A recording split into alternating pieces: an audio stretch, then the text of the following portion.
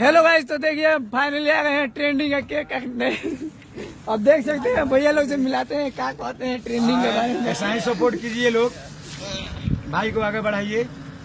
देख सकते हैं गाइस, ट्रेंडिंग का केक कटाएगा इस पर। और सबसे पहले ट्रेंडिंग जो देखे हैं यही भैया है, यही भैया ट्रेंडिंग देखे थे और बताए थे हमको। उसके बाद सब लोग देखे थे और स्टूल लगाए थे। चलिए आगे दिखाते हैं क्या है क्या।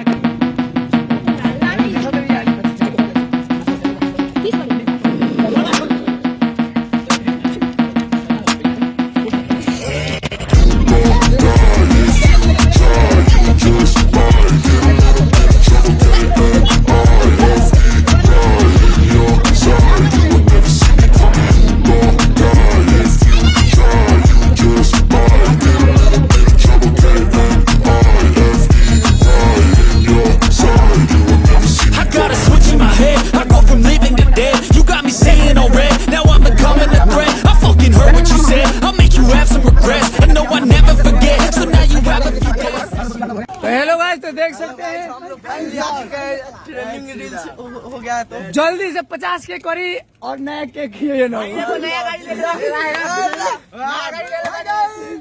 हम लोग बहन से केक नहीं है खेलो सर बाबू।